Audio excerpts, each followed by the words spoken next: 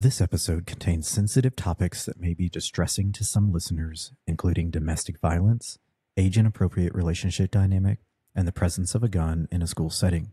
If you are sensitive to these topics, you may want to skip this episode. We understand that these issues can be difficult to hear about, and we encourage you to take care of yourself by listening at your own pace or taking a break if needed.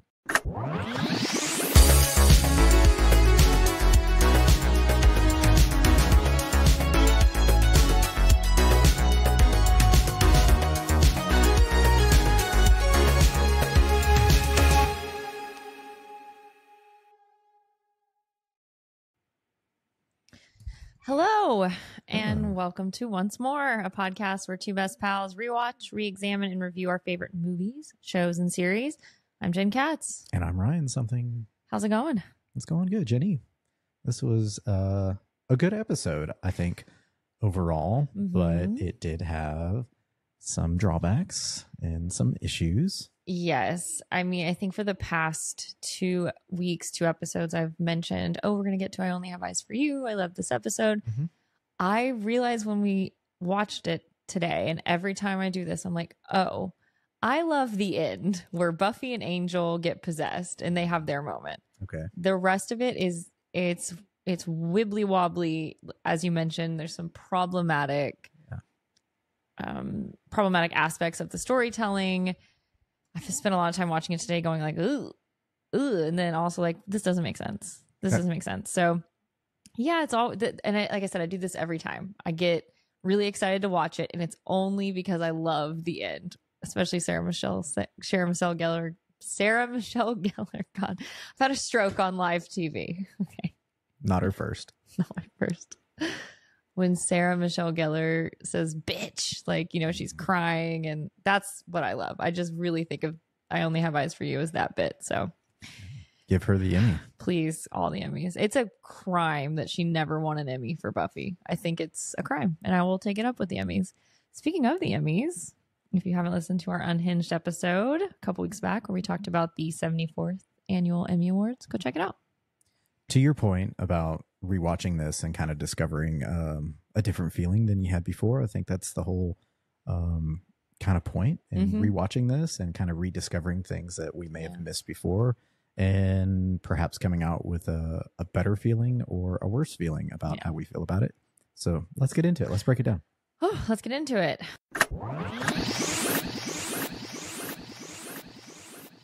All right. Today, we will be discussing the 19th episode of the second season of Buffy the Vampire Slayer, I Only Have Eyes for You. It was written by Marty Noxon, Joss Whedon, and Rob Day Hotel, and it was directed by James Whitmore Jr. This episode was first broadcast on the WB on April 28th, 1998. The synopsis of this episode is that ghosts of a former teacher and student who were romantically involved with one another haunt the schools of Sunnydale High by inhabiting the bodies of current students and non-students. We'll get into that. Yeah. And just want to remind everyone, if you somehow missed the content warning at the top of the episode, we are going to get into some, potentially triggering subjects in this episode. Yeah. Take care of yourself. Age-inappropriate relationship. Yeah. We have a domestic violence issue, and we have the presence of a gun in a school setting. So yeah. And death. We see a couple people get shot. This is Buffy the Vampire Slayer. There is going to be death in every episode. Well, we open this episode at the Bronze. We do. Welcome back to the Bronze. There's a band playing. The band is called Splendid.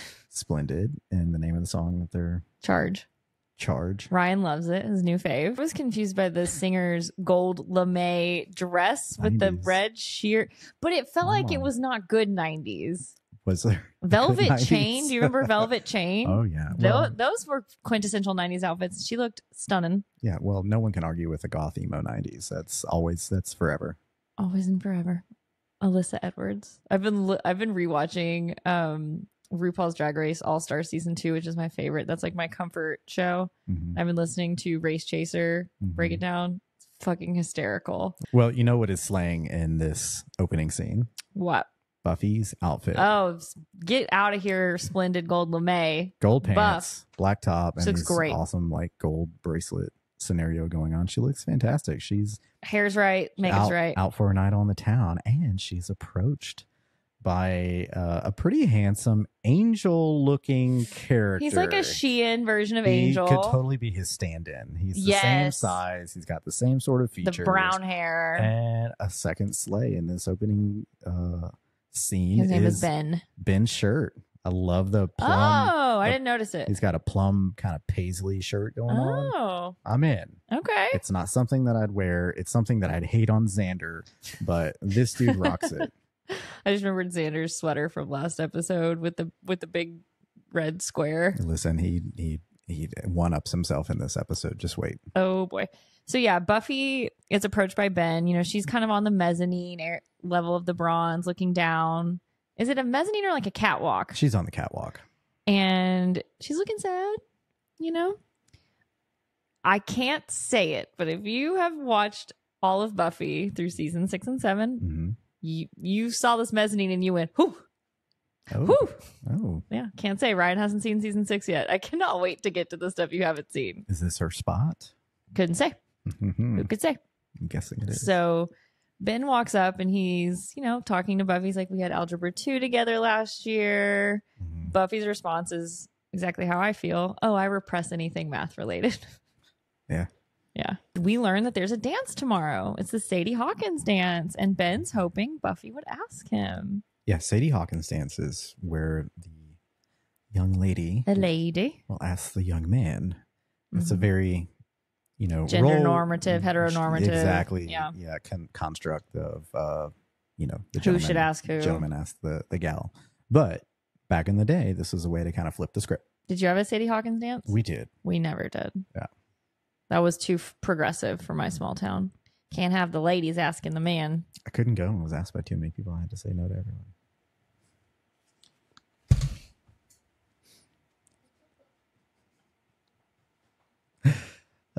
It's only half true. I can't help it that I'm so pretty and popular. I can't help it that I was so pretty and popular. Good for you. Yeah. I wanted a Sadie Hawkins Dance, but like I said, didn't happen. Yeah.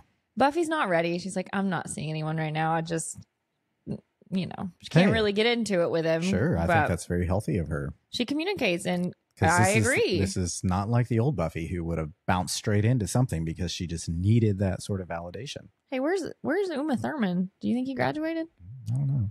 She does have a type. She likes a tall, off at his loomy kind of guy. Not a book conference. It's off at his Emily Dickinson conference. He's off on some Dickinson. Okay, so is she wearing the Claire's cross? Is she wearing the Claire's cross necklace? It kind of looks like it. I can't tell anymore. I can't either. She's got so many cross necklaces. I don't know which one's the Claire's cross. And she wears a lot of crosses this episode. Yeah. Yeah. I think they rotate them. I don't know. I can't figure it out. I think she's carrying a heavy burden. Okay. Buffy leaves the catwalk and Willow's waiting for her at the bottom of the stairs. And they have a little conversation about Buffy's, you know, I think Willow says all work and no play lately. And, you know, she's sad. Willow tells her, you know, be impulsive, do something fun. And Buffy's like, yeah, the last time I did that really worked out for me because don't blame her. Slept with my vampire of an ex-boyfriend who turned evil and is now trying to murder all my friends. She's traumatized. Rightfully so. Get this girl into therapy. Yeah. Like not a plain muffin at the Bronze. She needs to go talk to someone. She does. Yeah. But we go to Sunnydale High School. Yeah, well, I guess she says she's going to see Giles to see whether or not he wants her to, like, go patrol tonight or not. I'm thinking, This is Sunnydale. You live on a Hellmouth. Yeah. You patrol most nights. You don't need to go ask Giles if he needs you to patrol. Right. You're always on patrol. Go, girl. Just patrol. There's 8 cemeteries. Something's bound to be going on. If you're not going to have fun at the Bronze, at least go stab a few people in the cemetery. Also, maybe go hunt down Angelus. Stake a few people. Yes. Maybe you should go hunt down Angelus, who's murdered your teacher. Run down old Spike and Drusilla. I mean, last week we had, you know, fucking Kinderstadt kid killing demon. There's always shit happening. There's always stuff happening, as we're about to find out. We sure are. So we go to Sunnydale High School, and there's 2 teenagers fighting in the hallway. It's a boy and a girl. Yes, it's a pretty heavy, scenario where he's grabbing her by the arm and turning her around. Says, "Tell me you love me." It's very physically violent. It is. It's very intense. And she says, "You want me to say it? I'll say it." I don't. And she turns to walk away. And he says, "Don't walk away from me, you bitch." And he's got a gun in his hand. Yeah. It's intense. Pulls a weapon, and it's intense. I think it was intense then. I think it's even more intense now, as we've mentioned many times before. Seeing a gun in a school setting, this day of age, is very triggering for a lot of people, especially after Columbine. We don't have to get back into the scenario, but it is. I mean, and it's domestic violence. We have this, he's yelling at her over the fact that she doesn't love him in this relationship, and it's just really uncomfortable. And Buffy stumbles upon the scene. There's a janitor who you're going to break down who that guy is, because you immediately were like, "Hey, that's a famous actor." Oh, yeah. It's a janitor, and Buffy has come in because she's going to go talk to Giles in the library. And she, as the boy looks like he's about to shoot, Buffy tackles him, like disarms him. The janitor comes in. The janitor's comforting the young woman. And the boy's like, "What happened?" He looks very confused. He's very confused. We get a very dated reference by Buffy saying, "You just went OJ on your girlfriend." Oof. Ooh, yeah, OJ on your girlfriend. That was totally a dated reference. And the gun has disappeared. So what's going on? Yeah, the gun just is gone. He's like, "There's not even a gun here." Yeah. It's gone. And he's confused. She's confused. Buffy's super confused. Everybody's confused. We're confused. We don't know what's happening. And so we cut to school the next day, and Buffy's in Snyder's office, which, hi, Principal Snyder. Snyder's back. It has been a hot minute since we've seen our boy Snyder. What's he been up to? Well, he's clearly not been overseeing issues at the school, like the death of a teacher and multiple teachers after. Well, hold on, no, Miss Calendar died. Who else? I can't remember the last time we saw him. I couldn't tell you. Yeah. But boy, we get him in this episode, and we learn some things about what he knows and what he doesn't know. Yeah. So he tells Buffy, I'm sure you know why I asked you here. And she's kind of flippy, like, "Oh, to thank me for saving, a student's life." And he's like, "No, I'm tired of you basically running around this school, inciting mayhem and chaos." And she's like, "What are you talking about? I saved a kid's life. Like, ask the janitor." And he's like, "People can be coerced. I'm no stranger to conspiracy." He hates Buffy. Why does he hate Buffy so much? Because I'm no stranger to conspiracy. I've seen JFK. Oh, that's right. It's a great reference to the movie JFK with Kevin Costner about the conspiracy of the assassination of our former president. This episode has so many references, like great Easter eggs in this episode. The OJ reference, which is not good, but it is very of its time. Mm-hmm. There's a few things throughout the episode that feel very 90s. And he's kind of giving Buffy the business, and he's like, "I'm going to find a way to figure out how this is all your fault." Yeah, and I'm like, buddy, fucking chill out. How many times has she saved your life, saved the life of teachers and students and parents at PTA meetings? Literally. I mean, it's ridiculous. If anything, I thought he was going to have her in his office to give her the best dressed award because... Oh, but okay. This suede mini dress with the go-go boots... I mean, it's great. Like you said, it's straight out of a magazine. She's very editorial this episode. Yeah, absolutely. They upped the clothing budge for Sarah Michelle Gellar. This was my sleigh outfit for the entire episode. And it's like, yeah, it's the dress with the like low slung belt, the go-go boots. She's got a long cross. I mean, it's a brown suede. She looks great. Go-go dress. It looks fantastic. She looks amazing. And before Snyder, this line made me laugh. Before he can continue to just rip her a new one. His secretary buzzes and says, "Mr. Snyder, Billy Condell chained himself to the snack machine again." And Snyder just goes, pathetic. This is Billy, who we've seen before, right? We don't know who Billy is. Who's the kid on the staircase? Jonathan. The staircase Our kid? pal Jonathan, yes. It's Billy. No, it's Jonathan. I'll never. Ryan. Yeah, but I love the little Snyder of it all, the pathetic little no-life vegan. Vegan? That's an early reference to a vegan, I guess. I don't know if I knew what a vegan was in 1998. I certainly did not. Look at Buffy. I still wonder. So as he's getting ready to leave, he says this is okay. we have a great funny line about the vegan. And this line, I was just like, it felt really weird. I don't know if it's the delivery or just the line itself, but he looks at Buffy and says, "You stink of lies." What? Yeah. I mean, that's just a classic like deflection, that he's the liar because he knows more than he's letting on. So we're going to find out. This is just a textbook psychological manipulation tactic on his part. I hate Snyder, but Armin Shimmerman, who plays him, he's great. So great to see him back on the screen. I love a principal that plays like a hard ass fucking principal. I do too. Remember the principal on Back to the Future? Oh yeah. I can't remember the character's name, but he was a fantastic He was great, actor. yeah. He was great at just playing that like, I'm gonna get you, McFly. I know something's up. I know you're responsible. And it's like the nicest kid in school. I know. Just got it out for him because he likes that rock and roll. That rock and roll music. Yeah. Anyway, love a good principal that puts the hammer down. I do too. But before Buffy leaves, well, actually, sorry, Snyder tells Buffy to like basically stay in the office. And as he leaves, a book just falls off a shelf. Oh. Yeah. Wonder what could it be? We find out. Buffy picks it up. It's a yearbook from Sunnydale High School in 1955. So it's not like foundation issues or the books are. The amount of times that school has been damaged, it absolutely would have foundation issues. California, it could just be like a little small quake. A little quake. Yeah. A tremor. We go to computer class and our girl Willow is teaching. Still? This Guys, is some child labor shit. This is like, you need to call a lawyer, babe. Yeah. They are exploiting you. They are. She should not still be teaching. This is a 16, 17-year-old fully teaching a class. She's not being paid. You know they ain't paying her. No, they're not. No. Call a lawyer. 1-800. Call a lawyer. Call a lawyer. Sunnydale lawyers.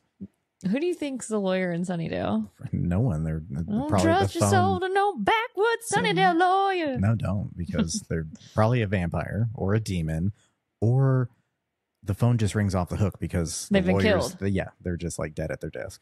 They got blood stains on their hands. Sorry. She's great. She says something and the class laughs. I think they're talking about coding and she says, "Oh, it's a real hoot." In a class. She's like, "You're really gonna like it." Yeah. And Giles walks in and she says, "Giles, I made them laugh." And they have a really sweet exchange. He asks if she needs help, but he's like, "No, it seems like you've got it." And she says, "Well, I had good lesson plans. Miss Calendar really kept everything organized. I found some websites and files on paganism and magic and stuff. Put a pin in that. Just note it." Yeah, she's excited about that. And then she tells him that she found a rose quartz in Miss Calendar's drawer. And Miss Calendar had told her it was for healing. It has healing powers. And she figured Giles should have it because Miss Calendar would want him to have it. It's a very touching moment. It's Giles, so sweet. You can see, is, touched that there's this, amulet of some sort that was connected with Ginny. And, I think it's a very sweet scene. It is. When we go to history class, we get to see another teacher. I would say it's nice to meet you, but I'm sure you're going to be dead in an episode or two. Yeah, so don't know who this was. Mr. History Class. Mr. History Class. And he is giving us the history. He's talking about the New Deal. Love the New Deal. Who doesn't love the New Deal? Thank you. FDR, shout out. So Buffy has a flashback kind of situation. And suddenly she's still in the same classroom, but it's now looking like the 1950s. Yeah. You see gals in poodle skirts. She nodded off, and when she opened her eyes again, she's in a different century. Yeah. If I had a nickel. I'm sorry. A different decade. Same century. I'm that old. And yeah, you see girls with like poodle skirts and guys with the Letterman jackets, and two girls are talking about the Sadie Hawkins dance and who they're going to ask. So, okay. Connective tissue here. And Buffy's looking very confused. She's looking very confused. And we see a male student hang back after all the other students have left to talk to the teacher, played by Meredith Salinger. Got it. And she says, "Oh, hey, James, did you read the Hemingway book that I recommended?" And he said, "Yeah, I really like it." And she said, "Based off a true story about when he fell in love." And James is like touching her hand. And then somebody walks in and they like break apart. And then Buffy snaps back to the present. Okay, so we have a teacher and a student all engaging in inappropriate relationships. I can't. It's What book do you think she recommended? That's what I was thinking. Movable Feast? But if it was fiction, she said it was based on a true story. Okay. A Movable Feast is nonfiction. What do we think it is? What could it be? The Sun Also Rises. That was based off his experiences in Spain. Could be. Farewell to Arms. Definitely The not. Old Man in the Sea. Definitely not. Yeah. Very interesting. Yeah, I mean, look, if you don't know this in 2024, not only is a student-teacher relationship inappropriate, it's the unequal power dynamic of it all. Right. And it's gross. And I feel like this episode doesn't do enough examining of like, hey, wait a second. They kind of romanticize like they had this great love. They do. That was his teacher. I don't care. And I've heard people say this like in situations relating to this episode, because I'm on all the Reddits and I'm on all the forums. Like, well, maybe like it was the 50s. She might have been, 19 or 21. I don't care. That's what I'm saying. It's an unequal power dynamic. You have someone in a position of power with someone who is, for lack of a better phrase, like underneath them. It's not okay. All they had to do was switch the character from teacher to student. Could have been two students. Why did it have to be a teacher? Two students would have been... that's what I thought it was until the end. I missed this moment of the teacher-student dynamic, which you caught. And I'm like, how did I miss this? I don't know how you missed it. I was like, wait, hold on a second. Yeah. She was a teacher? Yeah. I just thought it was like this high school romance. She asked him to Sadie Hawkins Dance, that sort of stuff. And anyway, so to me, this was unnecessary. They did not need to have this sort of power dynamic played out in a romanticized way. No. So, for that. Or it could have been two teachers. Or even two teachers, sure. Yeah, it again, unnecessary. So we go back to the present. Mr. History class is writing on the chalkboard. And then all of a sudden the students start laughing. Yeah. What's he writing? Don't walk away from me, bitch. And Buffy's like, okay, huh? You can see her start to put stuff together. Isn't that what the kid in the hallway said? That is what the kid in the hallway said. When Buffy confronted them? Yes. Okay. Yeah. So we go to the hallway and it's Buffy and Xander. This was a nice exchange. She's like, hey, something weird is going on. And Xander says, isn't that our school motto? I like that. That's good. That's great. Again, her fit is so good. You get to see all of it. You get to see the go-go boots. You get to see the dress. All of it. She looks great. They go and Xander's opening his locker, and all of a sudden, like a ghost hand. An arm reaches out and grabs him and pulls him back into the locker. And he's screaming. It's very aggressive. It's very aggressive. First, I thought it was a prank. I'm like, someone pranked him. Yeah. But no, this is like an actual demon type arm. Is that a voodoo doll hanging in his locker? Like, what was that little thing hanging? You know what I'm talking about? It's like a fucking voodoo doll. I don't know. He had some sort of like anime, like blonde. Looked like Buffy. I noticed that.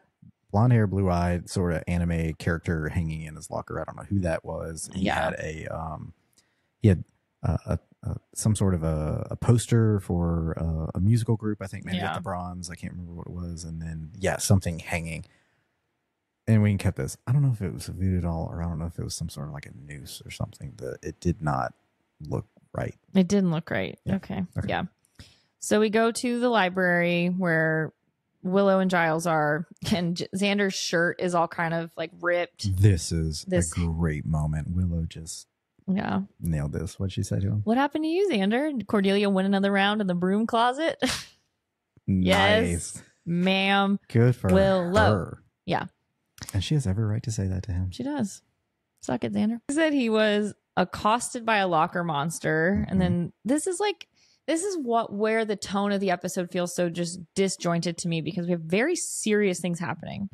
There's a student who had a gun. Buffy just had a flashback. Xander was just attacked. And Giles says, Loch Ness monster? And it's like this zippy newsroom funny. I don't know. It doesn't. Maybe that's because there were 3 writers and the tone feels off to me in a lot of ways. Or not off. It doesn't feel cohesive. Yeah. Okay. And I mean, they're landing the jokes. I'll tell you that. They are. The deliveries are hilarious. Like, Loch Ness monster. I get it. Cool. Yeah. I'm here for all of it. But you're right. We're like this with the tone. Yeah. And basically they get into this conversation about a ghost. Like this, because they talk about Buffy's history teacher, the arm was Xander, and they're like, Giles says it sounds like it's a paranormal phenomenon. And Willow's like, ooh, a ghost? And I'm kind of like that too. Hey, we're getting close to spooky season. Fun. Halloween is not too far away. You're right. I like a good ghost story. I'm dying to get around to one. They're moody, they're upset, and then Buffy again has a great line. So now are we Dr. Laura for the deceased? Also a very 90s thing to say. Very reference. Yeah. Very 90s reference. Yeah. Yeah. So we go back to Sunnydale High School at night. We see the same janitor from the earlier scene cleaning. We do. We see a custodian who's sweeping the floors, and then we see, I guess, a teacher. Another teacher. We're getting lots of staff this episode. Staff member is coming out of a room, and they have a short exchange about, well, you know, you're working late or something along those lines. Okay. I'm sorry. I hate how she says, is it okay to walk here, George? It is George, right? Come on.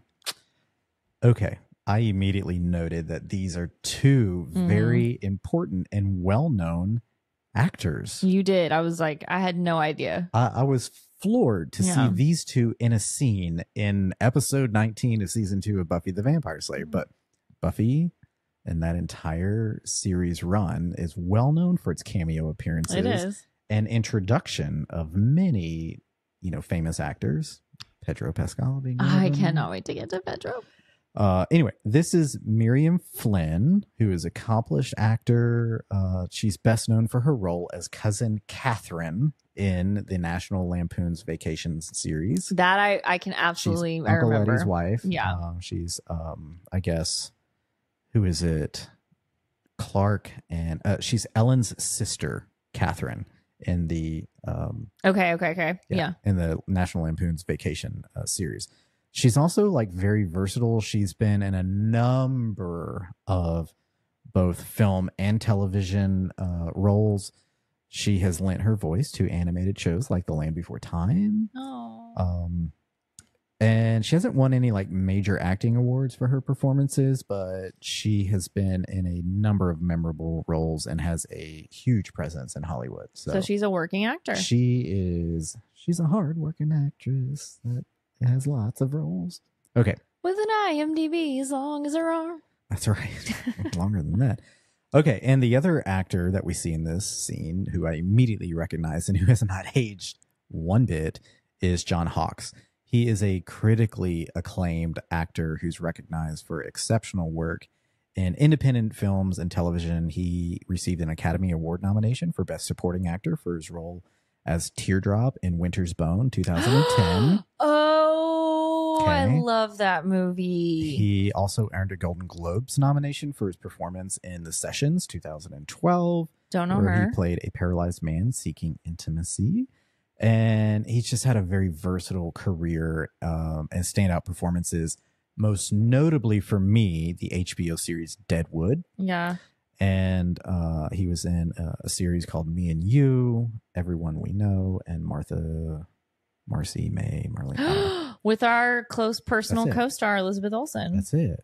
Anyway, well-known actor. Yeah. Again, Academy Award nominated, Golden Globe nominated. Amazing. Here he is in Buffy, sweeping the floor. So, yeah. Welcome, Miriam and John. Would love to have you on the podcast. Would love to have you on the podcast. Tell to us talk about your this. performance. This is great. How you got into character. Yeah. And where it went from there. Oh, wow. Okay. Okay, so they're sweeping the floor. Well, he's sweeping They're the floor. having this conversation, working late sort of a thing. And all of a sudden, we go into the script again about the ghost.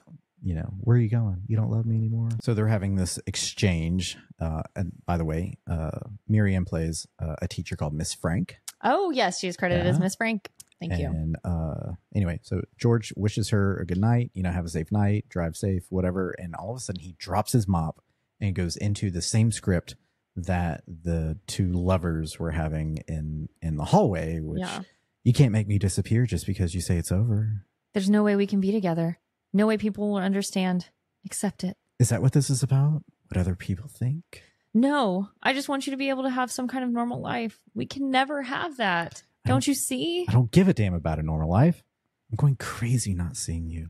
I think about you every minute. I know, but it's over. It has to be. Come back here. We're not finished yet.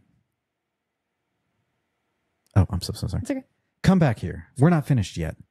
You don't care anymore. Is that it? It doesn't matter. It doesn't matter what I feel. Then tell me you don't love me. Say it. Will that help? Is that what you have to hear? I don't. Now let me go. No. A person doesn't just wake up one day and stop loving somebody. Love is forever. Okay, so they're going through this whole scenario. Yeah. And then George somehow pulls a gun. Yeah. So just comes out of nowhere. Maybe just kind of comes out of nowhere. Yeah. He's like, I'm not afraid to use it. I swear. Oh my God. If I can't be with you, don't walk away from me, bitch. And then we get Giles and Jim. We'll just go skip. George says. Yeah. And Giles steps in and he's seeing all of this. Because he hears it from the library. Yes. And he's really concerned at what's going on here. Yeah. And you can hear George, I need you. And Giles thinks that it's Ginny. He does. It's so sad because he says. Just so heartbreaking. He says, Ginny? Oh, gets me. And then you hear George again. He says, don't do that. Damn it. Don't talk to me like I'm some dumb. And then the gun goes off. And he shoots Miss Frank. Yeah, he does. And, Giles is just absolutely, dumbfounded. He doesn't know what's going on. No. And I mean, it's. So the gun goes off. Giles rushes to the corner where all of this is happening in the hallway. Because we've seen Miss Frank's body go over the balcony of the school. Ugh. And she's been shot. She's dead. And Giles tackles George. Mm-hmm. The gun disappears. Yeah. George is like, what's going on? Yikes. He has no idea what's going on. We see the gun disappear, which is interesting. I don't think we saw it disappear the first time. I think we just panned at the first time we panned over and it was gone. The gun was gone. He's like, there is no gun. What gun are you talking about? And everyone was so confused. Now we actually see this entire scenario word for word play out again with these two characters. R.I.P. Miss Frank, not the only teacher.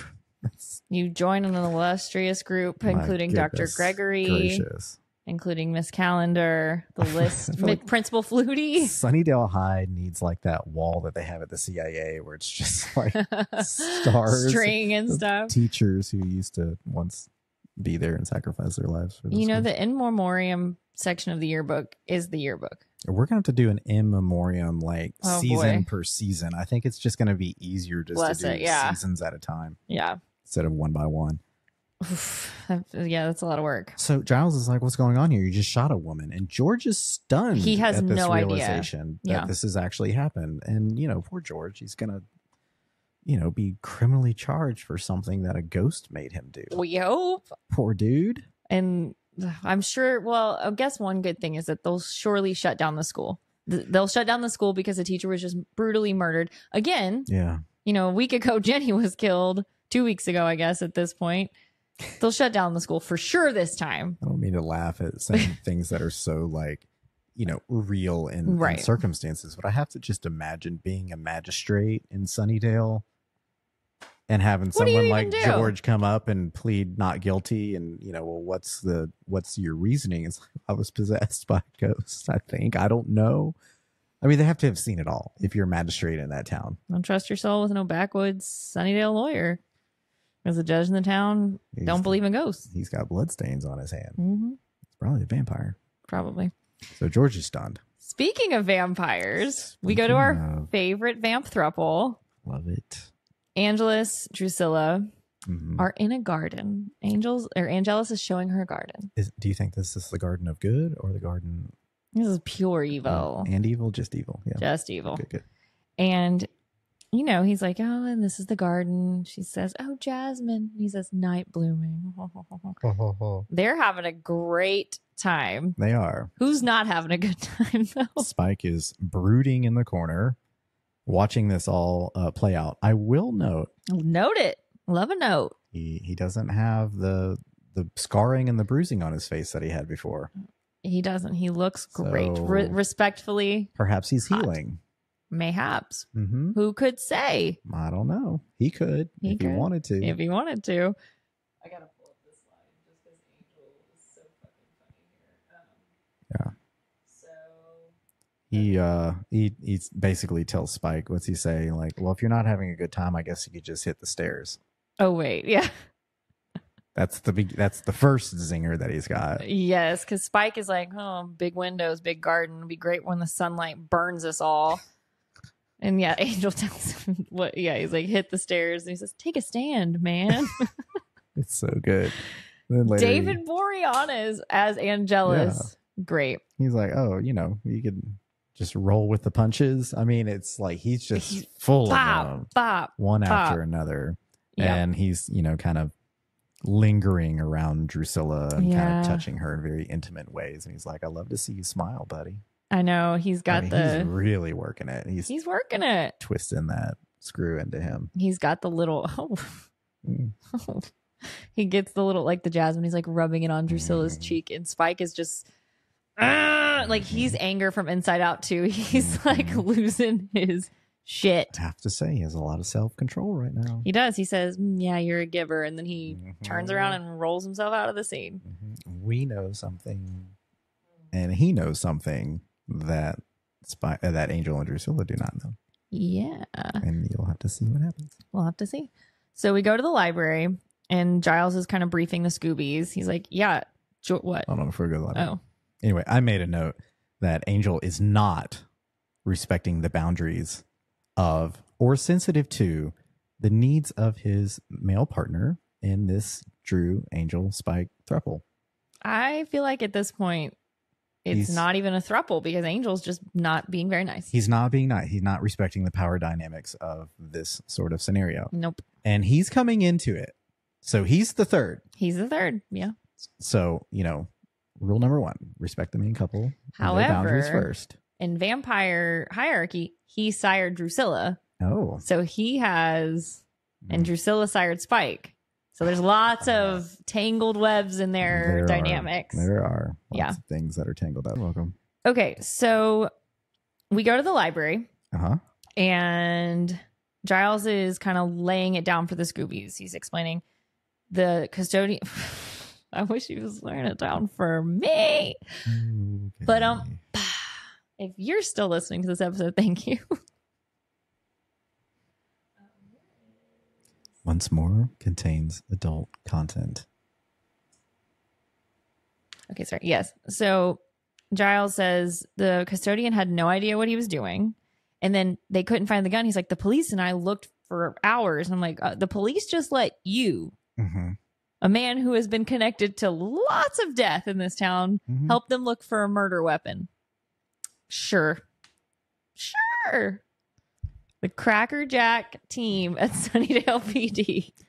Well, which we're going to see later on. Questions. I mean, he's been near and involved with people connected to so many different missing persons and murders. His girlfriend was just murdered. Is he not a number 1 suspect down at Sunnydale PD? Like, how is this librarian connected to all of these things? Okay. How do they explain Jenny's death? I'm telling you. Is that a cold case? Did they knock on his door and say, excuse me, Mr. Giles, we see that you were in an intimate relationship with the victim in your bed at school. Her neck was snapped. Where were you between the hours of this and this and that? Do you think vampires leave traces of DNA? Because Angel's hands and stuff were on her. It's just a question. I mean, he's got fingerprints, right? That's what I'm saying. Not DNA, fingerprints. Yeah. I mean, nowadays they'd be like, this is odd because this is the DNA of someone who lived back in 1544. I think he's from the 1700s. Whenever. Yeah. Get it together. The hell out of me. Pardon me all over the place. You should. You call yourself a fan. My God. And Giles, he says he thinks the ghost is Jenny. And Buffy, Willow, and Xander are kind of like, ugh. They're like, hey. I'm like, ugh. I know. Missed that. And Willow says, well, this is a pattern, right? We had the 2 students that Buffy ran into saying all these things. Then the custodian and Miss Frank were acting this out. He's like, she said, this is a pattern and it doesn't fit with how Miss Calendar died. Willow's smart, and she's trying to be gentle with Giles because Giles is probably thinking, oh, this is my a chance. I could talk to Jenny again. I could see Jenny again. He can converse with her. It's just so sad. But this next line did make me laugh because he is grieving. Giles says, well, I appreciate your thoughts. And in fact, I encourage you to always challenge authority when you feel it's appropriate. You should never be cowed by authority. Except, of course, in this instance, when I'm clearly right and you're clearly wrong. Yeah, he wants it to be true. He wants it to be true. And that, if as a parent, hearing that is like, it's fucking hilarious. Like, I always want you to question things and push back, except right fucking now when I'm telling you to brush your teeth and you need to go brush your goddamn teeth. Are the police still at the school? No, the school's wide open. It's a crime scene. Students trampling everywhere. Okay, well, I'd like to charge Xander with a crime because this is the most terrible sweater. It is a refrigerator white cable knit sweater with some sort of weird little pattern. Don't know across what's the middle happening of it. here. Just burn it, preferably with him in it. So they're in computer class. Buffy, Willow, and Xander are talking about how weird Giles is being, and he's just so obsessed with this idea about Jenny being the ghost, and like he's never usually this squirrely. And Buffy says he misses her. Yeah.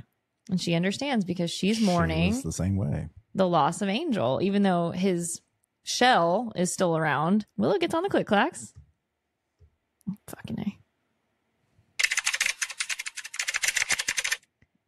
To see if there have been any murders in Sunnydale High School history. It's gonna take her a while. Get through those files, babe.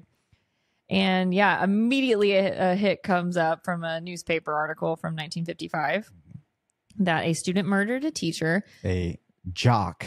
Oh, that's right. The headline is "Jock Murders Teacher." Yes. Murdered the teacher the night of the Sadie Hawkins dance. The night of the Sadie Hawkins. And then went to the music room and killed himself. And do we need to add that to the content warning or no? I was wondering where the I think we're good. I think Okay. I was wondering where the music room came into. Again, Yeah. I missed this part as well. You Later, we're in the music room. I'm like, why are we going to the symphony room? I have no idea. Okay. Anyway. And we learned that the student's name is James Stanley and Grace Newman. Okay. The student's name is James Stanley and the teacher's name is Grace Newman. And Buffy says it happened in 1955. And they're like, how do you know that? Because she was there. I have a line that says, Xander, shut up. Well, she asked him, she said, okay, well, what do we know? And he's like, that dogs' mouths are cleaner than humans, or dog spit's cleaner than humans, or something. The article also mentions it was rumored they were having an affair, and she tried to break it off. A student with a teacher is not an affair. It is a crime. Yeah. Okay?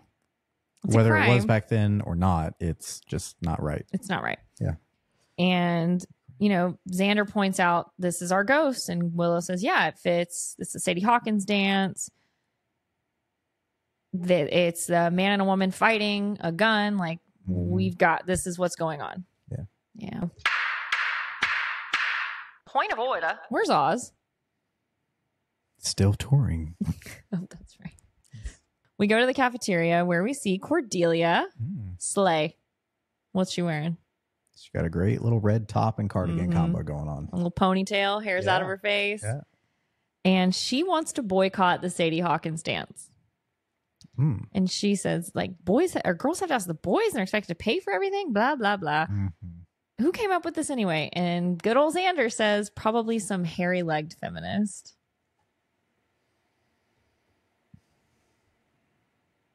I'm sick. I need help. Yeah, you do. Shut the fuck up, Xander.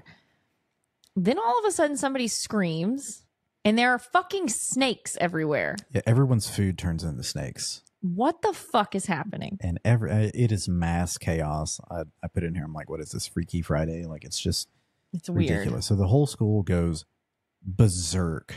Okay. Rightfully so. There's snakes everywhere. One bites Cordy. One does jump up and bite her in the face, which Just is just not right. And we don't really ever go anywhere with that. Like, there was no need for her to get bitten. there's They could have bitten literally anyone zero. else. They could have bitten anyone else. Why the snakes? I'm tired of these motherfucking snakes in the motherfucking cafeteria. Am I right? I Listen. am. So we cut to the outside of Sunnydale High School, and it is mass chaos. People are running in and out of the school, mostly away from it, although there is one girl who's running toward the school, which I didn't really understand. That background extra the background didn't part is, I I saw that. saw that. I was like, girl, where are you going? It's been a minute since we had background But she's corner. hustling, right? So Yeah. school's out. I mean, they have to have canceled school today. We're not going to cancel it when the teacher was murdered the night before. No. Police, Hazmat. Like everyone is there. There's people catching snakes. And Schneider here we go. approaches the chief of police car when it rolls up. And I forgot the name of the chief of police. I don't remember either. People are screaming at us. It's Officer so-and-so. Chief so-and-so. Anyway, Chief so-and-so pulls up. And it's like, I can't believe. Here we go again. Schneider, you're supposed to be like on top of this shit. Yeah. He's like, hey, we do live on top of a hellmouth. Sooner or later, people will figure it out. He knows. That's it. And they're kind of coming up with excuses because Snyder's like, what the fuck am I supposed to tell people? Like, tell them that the sewer's backed up. And he's like, we told them that last week or something along those lines. And, there's people running around. They're like, what happened? He's like, the sewer backed up. It happened in San Diego last week. It's so funny because they have I guess he's supposed to be a teacher. He's carrying an attaché case. So great. And he's walking towards the school. He's like, Snyder, what's going on here? The sewer's backed up. There's snakes everywhere. Get out of here. They're always coming up with something. I'm like, there was not this much attention from the police, EMS, or anyone else when a administrator was literally eaten at his desk. Literally by students. They didn't know that by a pack of angry dogs or whatever he said. They said wild dogs. Yeah. No, what they say, wild dogs. Then the other excuse the vampires one day were, was drugs, PCP. PCP. What is happening? Shut this place down. Shut it down. Your English teacher, I don't know, whatever Miss Frank taught, was killed yesterday by another student. Schneider had his head, or not Schneider, poor Dr. Professor Gregory had his head lopped off by a praying mantis woman, a she mantis.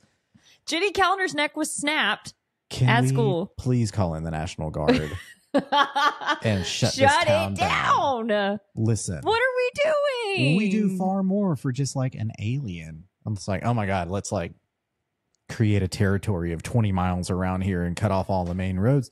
What's happening here? Don't know. You know you're on a hellmouth, so the authorities know. The principal knows, the authorities know. Yeah. We know that to be canon now. And we also learn that the mayor knows because old chief of police says the city council was told you could handle this job. If you feel that you can't, perhaps you'd like to take it up with the mayor. Take it up with the mayor. Okay, so we put a pin know. In that. So there's multiple people of authority who know. I'm sorry. Mm-hmm. Blood is on their hands. Fuck yeah, it is. It absolutely is. On all of their hands. Mm-hmm. They could have prevented deaths. Snakes on the toilets. Sorry, the sewer's backing up. Gangs on PCP. Who could say? Okay. So we cut to Buffy's house. Beat a dead horse. We've got Xander, Cordy, who's got a bandage on her face, and Willow is standing. And Willow has a plan. She says, remember the plan to contact this. Or no, sorry. Willow was advocating for them to let's talk to the spirit. Let's try to calm it down. Now she's like, forget it. I've done some research and the only solution is the final solution.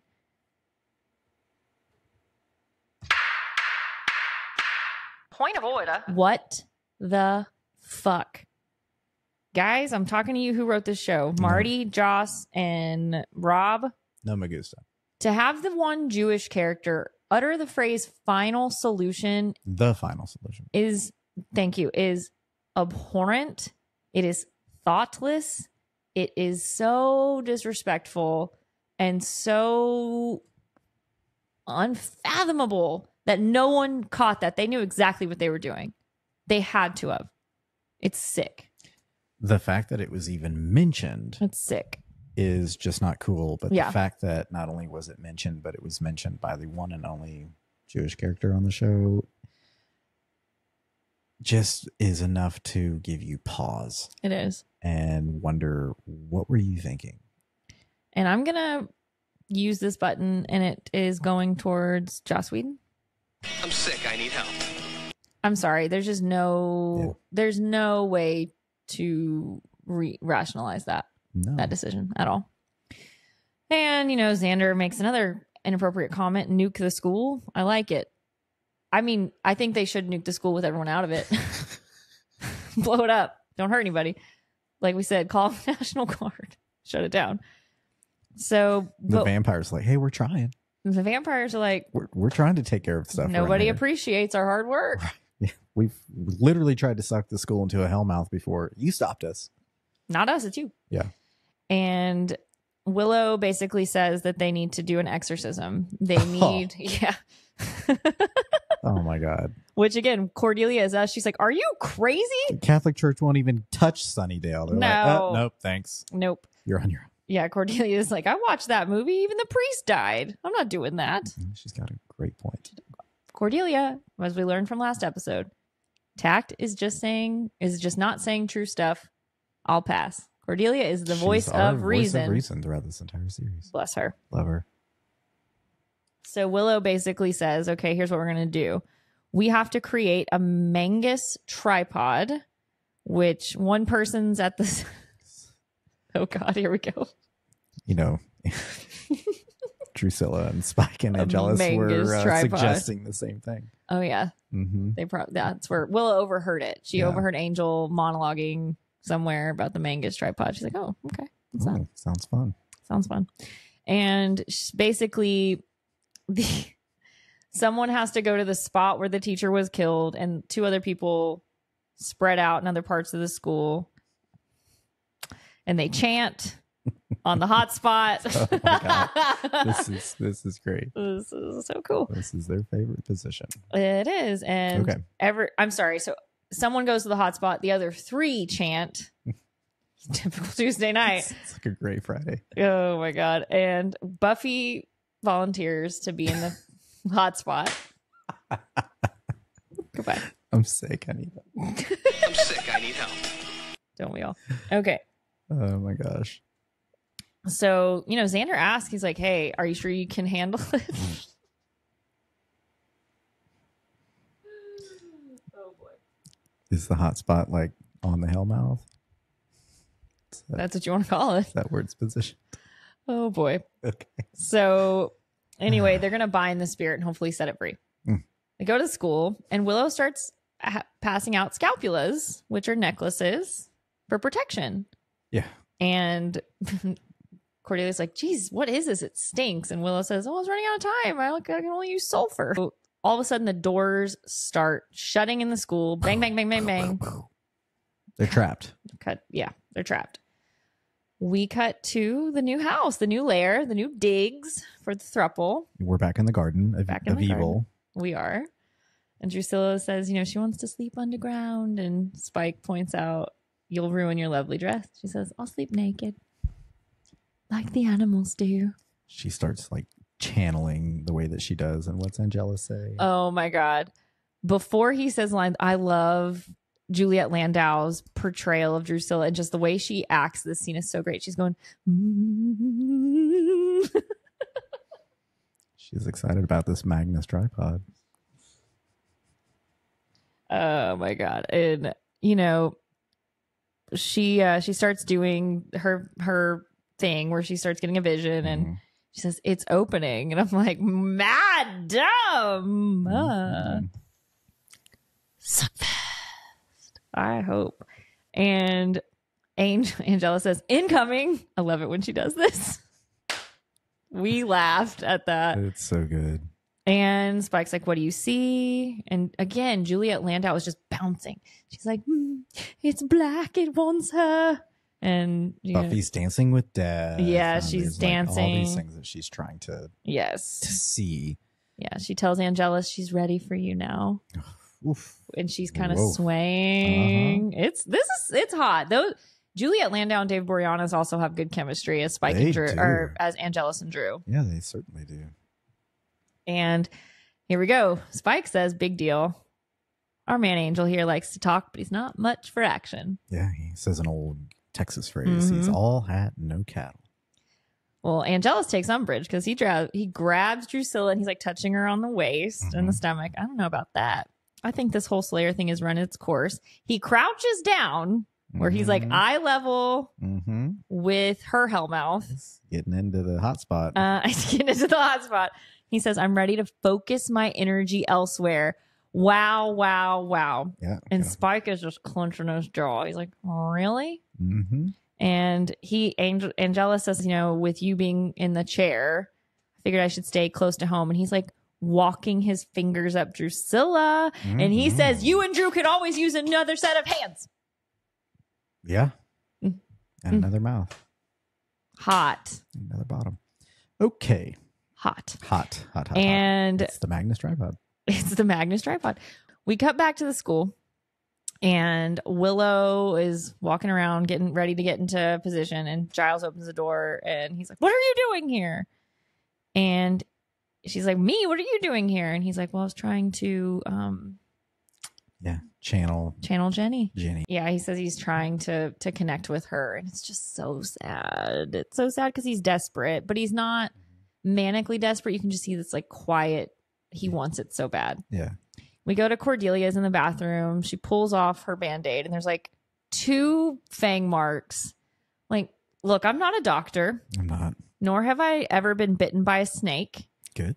But I would say if you did get bit by a snake, venomous or not, you would be puffy. You would be swollen. You probably wouldn't be just up and about walking around. Hey, we've got demons and ghosts to kill, Jenny. All It's right. not being reasonable. Sorry. So Buffy's walking through the school, and we hear shoo-bop, shoo-bop, Mm-hmm. shoo-bop, shoo-bop.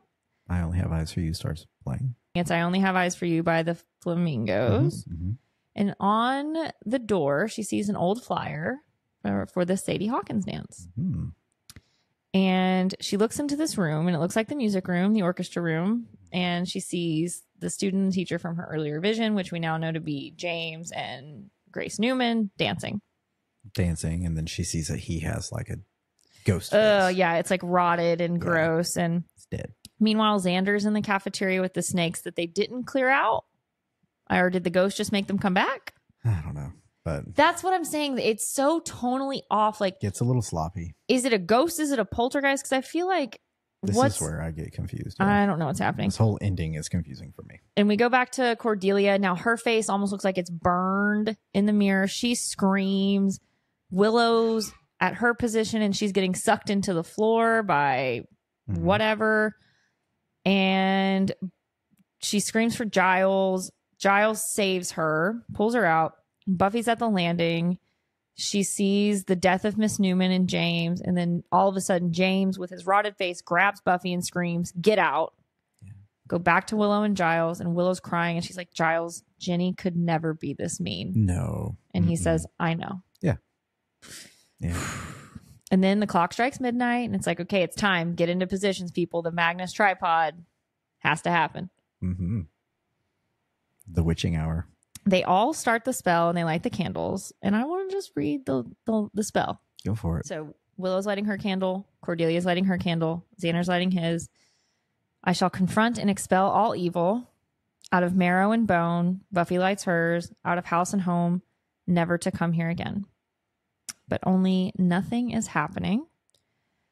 So all of their candles get blown out by a breeze. They all get together. Everybody okay? Then we hear this like buzzing sound. Yeah. It's a massive cloud of It's a swarm of wasps. Yeah, we didn't know what it was. It could be locust or something. Yeah. I think Angel says they're wasps later. Yeah. Yeah.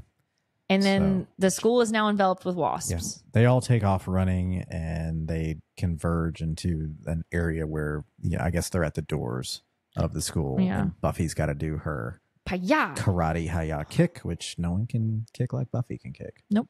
So she kicks the doors down and they're able to escape the school. They're able to escape the school. Yes. See them outside looking back at the school, and it is completely swarmed with wasps. Yeah. Only at the school. Only at the school. Okay. I don't understand it.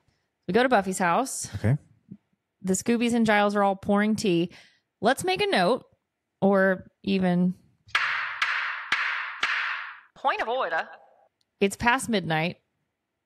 The school librarian is at a student's house. It's after midnight. Oh. Something evil's looking at the school. There's a swarm of wasps. Okay. If they get you, that won't be real cool. Like it. You trying to scream. Okay. We got to get through this. But So the ghosty takes your voice before it makes it. I don't know. Let's go. That's good. So Giles just casually pouring tea at a student's house. Joycey, I guess, is asleep. No sign of her. Might be up doing taxes. Just doing her taxes. Getting art hung up at the gallery. Probably working on art. And so they're trying to figure out what's going on. And, they kind of determine that the ghost, he's recreating this scenario because he wants forgiveness. And Buffy's like, he doesn't deserve it. Yeah. So I think Giles or Willow point out that he's probably in purgatory. Yes. And he's probably looking for a way out. He's probably looking for help. And this is why he keeps kind of leaving hints and clues and things for Buffy. Mm-hmm. He's trying to break this cycle that he's in. And so the reason that all of this is transpiring is that he's just kind of had enough. Yeah. And he realizes that he's got some sort of connection, I guess, with Buffy. So he's able to like communicate somehow with her. He identifies with her. He's trying to. Yeah. And so, Buffy's kind of lingering by herself outside the circle of Scoobies in the living room. And you can tell that she's deep in thought. Yes. And, she goes on she goes into a kind of a monologue about how he doesn't deserve forgiveness. What he did is unforgivable, right. And he should just have to live with it. And Xander says, he can't live with it, Buffy. He's dead. Right. And she stalks off in the kitchen. And then our girl Cordelia with the great lines. She's like, okay, over-identify much? Yeah. Well, she did. Yep. And when Buffy's in the kitchen, she pulls out the Sadie Hawkins flyer. Uh-huh. We hear a whisper in the wind. It says, I need you. Find me. Find me. I need you or something. And she walks back to the school. Yeah. I love that there's a cheese plate and crackers out. Like there's saltine crackers, no less. Like when they got there, who put that plate together? I don't know. Maybe Joyce is like, oh, Rupert, great to see you again. You're always at my child's house. Come on in. Like we always miss the part where Rupert's like, oh, I'll put a kettle on. And Willow's like, I'll get the cheese. And it's like, I want that. We just cut straight to the living room where they're talking and there's a cheese plate. Yeah. And tea. The Scoobies figure out Buffy's left. They go to the school and Giles says the spirit needs her to recreate the scenario. And Willow's like, Buffy just went in there to get shot. Yeah. And Giles is like, nah, the school's deserted. No one's in there. Yeah. Okay. Record scratch. There is. There is someone in there. There's a dark force in there. We go in school. Buffy's looking very dazed. And then we see Angelus. He's inside the school. One of the legs of the tripod. What? Mm-hmm. Uh-huh. Yeah. Uh-huh. And he's like, yo, he's doing his villain thing. He said, the funny thing about wasps is they're kind of repelled by vampires. They can't hurt us. And Buffy just looks at him and she says, you're the only one. When I heard that line, I wasn't watching the screen, but I could hear his voice. And when he said the funny thing about wasps is, and I thought, oh, he's getting ready to school us about white Anglo-Saxon persons. Nice. Nice. Okay. Wasps. And Buffy, looks at him and says, you're the only one I can talk to. And Angela says, oh, gosh, Buff, that's really pathetic. Mm-hmm. And she looks at him and Sarah Michelle Gellar, again, this is why I block out the rest of the episode except for this scene. Yeah, they get into it. You can't make me disappear just because you say it's over. And then Angelus is still Angelus. He's like, actually, I can. And in the middle of him talking, his face shifts and he goes into the monologue. They're both possessed. They're possessed. So now we know yes, vampires can be possessed. We do. Well, we kind of knew that Didn't because we know that from another episode? The Mark of Igon. That was it. Yeah. And Angelus is possessed by the ghost of Grace Newman and Buffy is possessed by James. Interesting little role reversal. There. I like it. And God, they go back and forth. Oh, maybe that's because he's the older one in the power dynamic. Maybe. Mm-hmm. Okay. Or maybe James is just a very smart ghost and he's like, okay, I got a plan. I'll get Buffy in and I'll get her undead creature of the night ex-boyfriend in because he can be shot and he won't die. And then this way we can recreate it and my soul can be free. Interesting. Yeah, it's funny how that just all worked out. Funny. With only a ghost planning this. Like, how did Angel know to show up to the school? Just Drusilla? Drusilla's vision, I guess. It just like all coincided at the right time. Okay, cool. I guess. Sure. Sloppy writing. It is. And so we also, in the middle of Buffy and Angelus having this back and forth, we cut kind of flashback to Grace and James having it out. And it'll, they'll start a line, Buffy will finish it. And God, Sarah Michelle Gellar, she's crying. she's like grabbing Angel. You don't care anymore. Is that it? And it's like she's channeling all the pain. Yeah, she's getting it out. It's so beautiful to see. It's great. Sarah Michelle Gellar acts her socks off in this scene, as does David Boreanaz. He does. That both of them are great in this scene. They are. And he's crying at one point when he's saying, like, it doesn't matter. It doesn't matter what I feel. And then, you know, we cut to back and forth and we see James pull out the gun. We cut back to Buffy holding it. Mm-hmm. She says, love is forever. I'm not afraid to use it. I swear if I can't be with you. And Angel says, oh my God. And he runs off towards the balcony. And we see James say, don't walk away from me. And Sarah Michelle Gellar finishes it, bitch. And she is crying and sad and angry. And we see the final confrontation where, to me, they're basically saying that the shooting was an accident. Yeah. Like waving the gun and it goes off and it shoots Angelus and Grace. Yeah. And we see Grace fall and Angelus fall and land, and Buffy's just startled and she starts walking towards the music room. And we're like, fuck. We cut to the Scoobies who hear a gunshot and they just stand there. I'm like, wouldn't they be trying to burst down the door to get to her? School still swarmed. When is that ever started? Okay. I don't know. Buffy's in the music room. She turns on the record. Turns on the record. I only have eyes for you. And you hear someone approach her and she turns around. Well, we see, I guess, Angelus gets up. He gets up. Yeah. And he makes his way to the music room. He approaches Buffy. She turns around and they have this very sweet moment. However, yeah, here we go. This is where I'm very confused. I guess they're both still possessed. Yeah, because she looks at him and says, Grace. Buffy of it all. Yeah. So you feel like there's some stuff that's like rising to the surface that's true between the two of them. I don't know. Yeah, I just felt like maybe it could have been done in a different way where we still could have gotten some closure, not only for the ghost, but also for Buffy and Angelus, but it didn't work out that way. So anyway, there we are. Yeah, so she calls him Grace. Angelus, as Grace says, I was lying earlier. You know, I love you. I loved you with my last breath. They're kissing. Mm-hmm. And the Buffy fan of me is like, they're kissing. Yeah. Then we see the swirly light above them.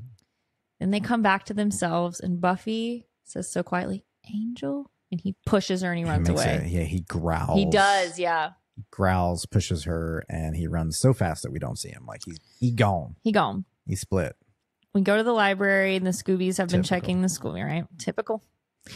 Go to the library. Mm-hmm. The Scoobies have checked the school. They say everything's normal. And Buffy says, you know, James picked me because he could relate to how sad I am. Yeah. That's hard. It's hard. And again, this episode is pretty much saved by the performance of Sarah Michelle Gellar and David Boreanaz for me. Yeah, that was it. Speaking of performance, here we go. David Boreanaz. What else saved this episode for you, Jenny? I don't know what you mean. Yeah, there's an outdoor shower scene with Angelus. Didn't see that. Didn't notice. Oh, I heard them on the couch. I heard something over there. Yeah, he's scrubbing himself because he's just disgusted that he felt dirty. Love. Yeah. He said she made me feel love. Said I need a real vile kill to get this out of my system. Mm-hmm. And Drusilla will find you a nice toddler. And this is when we get the hell on wheels line. So Angelus is like, no, I'm out of here. Like, I gotta go, you know. And she's like, I'll go with you. And he's like, no, you stay here. And Spike says, I'll go with you or something like that. And he's like, yeah, I'm sure you'd be hell on wheels. Yeah, he's like, you stay here. Yeah. And they leave. Angelus. Oh no, Angelus and Drusilla both leave. Yeah. Yeah. And he's got a great little line. Angel's like, no. I'm sure he'd be hell on wheels. Hey. But we don't have much time. You know, gotta travel light. Mm-hmm. He looks at Spike and he says, sorry, try to have fun without me. They leave. Spike says, oh, I will. And then stands up. Yeah, you see him put one foot down and then another foot down. Then you see him stand and kick that wheelchair aside.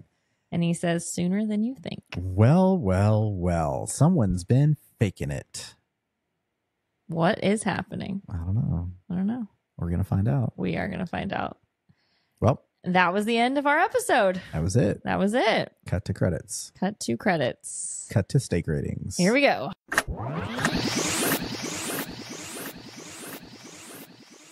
Oh, someone put a stake in me. Do you want to go first? Or you want me Yeah, to? I'll go first. Yeah, You know, what you got? At first, I really, really enjoyed this episode because we've got like all the things that transpire in an episode that make for great Buffy.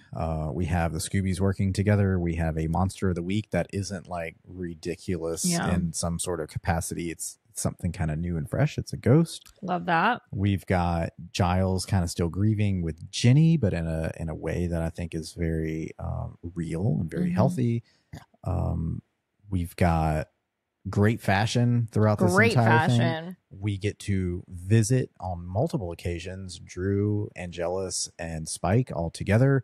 That's leading. We're finally moving the ball on where that's going. Yeah. To me, outside of the problematic student-teacher power dynamic and appropriate relationship, outside of some of the sloppy writing about how all of this can work together to kind of free the ghost and also free Buffy and Angelus or something, that to me was a little convoluted. Outside of that, I really liked the episode. Yeah. We get Schneider's back. We get an understanding of his place as far as knowing about the Hellmouth. Like, there's so many great aspects to this episode, but it is kind of the problematic portions of it that make me kind of rein it back. Yeah. So I wanted to give this close to a 5. Like, I really, really did.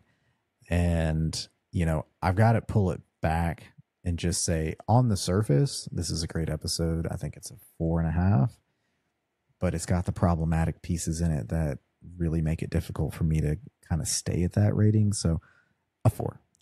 Same. Yeah. I gotta go with a 4. I think the idea of ghosts and possession is, like you said, it's we haven't seen that in Buffy yet. We've seen hyena possession, that whole thing, but this wasn't camp. Right. And it was an interesting way to get Buffy and Angel back for a split second, just to have them ripped apart again. Yeah. Like we've said, you know, ad nauseum, those two acted their socks off in that scene. Yeah. It's the problematic teacher-student dynamic that we didn't need.